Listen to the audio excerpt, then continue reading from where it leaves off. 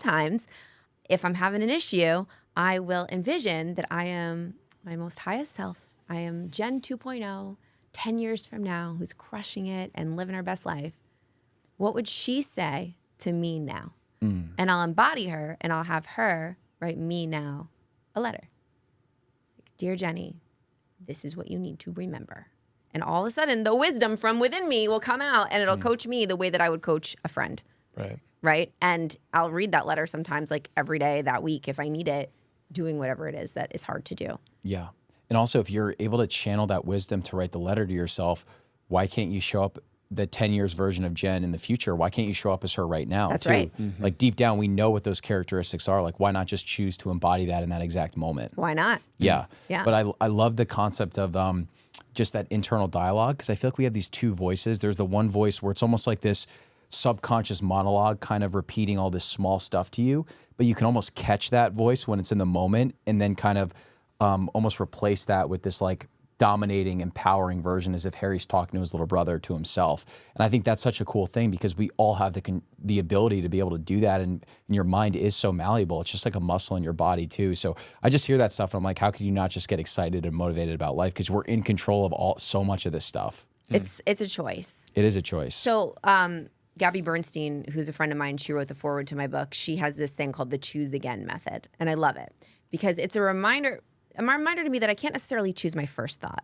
So I love that the mind is malleable, it's plastic, and we can shift over time to be a more optimistic person and to make the first thought more optimistic than it used to be. So I know that for sure because I used to be a very negative person. And now I would say I'm like 85% my first thought is always like positive. Yeah. But there are still days that I wake up where I feel shitty or I have a negative thought or something happens. Like life gets lifey and shit happens. And we have emotions and we have feelings and sometimes we just don't feel happy. Yeah. And that's okay. And sometimes our first thought is a limiting belief and that's okay.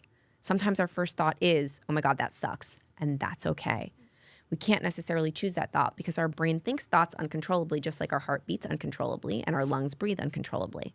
So if you got a thought, okay. Yeah. It's like acknowledge the thought. So Gabby's method is acknowledge the thought. Hi, thought. Okay. That was a shitty thought. All right. That's okay. Yeah. All right. I love you, thought. I love you, brain. You're going to think those thoughts. That's fine. I can't choose that one, but I can choose the second one. What's a thought that I can choose as the second thought to replace that thought? Or maybe if I can't replace the thought with a thought, for me, can I take action in a way that can shift my second thought? So a lot of the times I can't think myself into positivity, but I can move myself into positivity. And I know you guys work out and stuff like that, so you guys believe in this. This is like the Meat Mafia podcast. Yes. So like if I can't change my thoughts, I can change my physicality.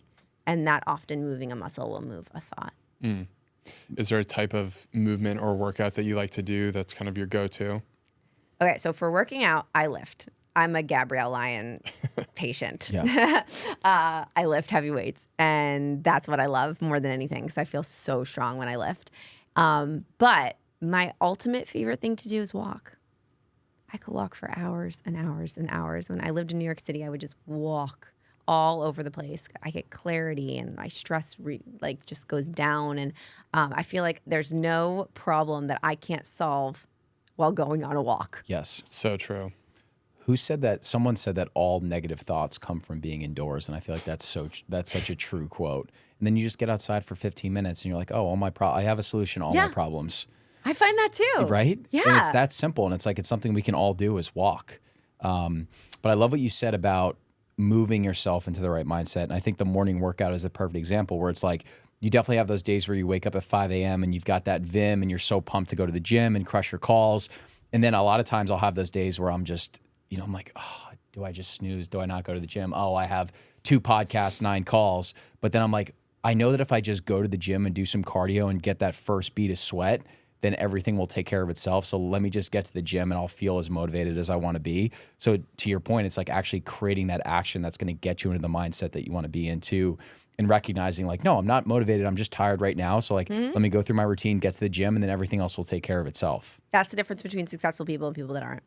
Is that the successful person can push themselves past that, I don't want to do it. Yeah. It's easy when it's easy. Yes. Right? Fine. Everyone can do it when it's easy. Go to the gym because you want to. Everyone that's listening to this right now, the next time your mind says, oh, you don't have to go to the gym. You could skip it today. Give yourself grace. Take care of yourself. You don't have to. When you go to bed at night, are you going to be proud of yourself? Because no matter what, you're going to go to bed. No matter what, you're gonna get in your bed. No matter if you go to the gym or not.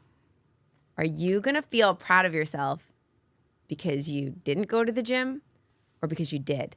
Because the entire day, just like what you said, is actually dictated on which choice you make. Yes. And that entire day, your entire year is dictated on those individual days that you have. And you get that day one time. You get that chance one time to change the way that your brain works. Because you get to put those deposits in your subconscious. You put those deposits into your identity. You put those deposits, you either take them or you put them in. And the more that we can wake up and do the hard thing and do the thing, like the uncomfortable thing, do the thing that's hurts, that's painful, and move through that discomfort, we prove to ourselves who we are. Yes. And the more that we sit back and allow the world to do us and be the victim and don't do the thing and don't show up, we're also proving to ourselves who we are.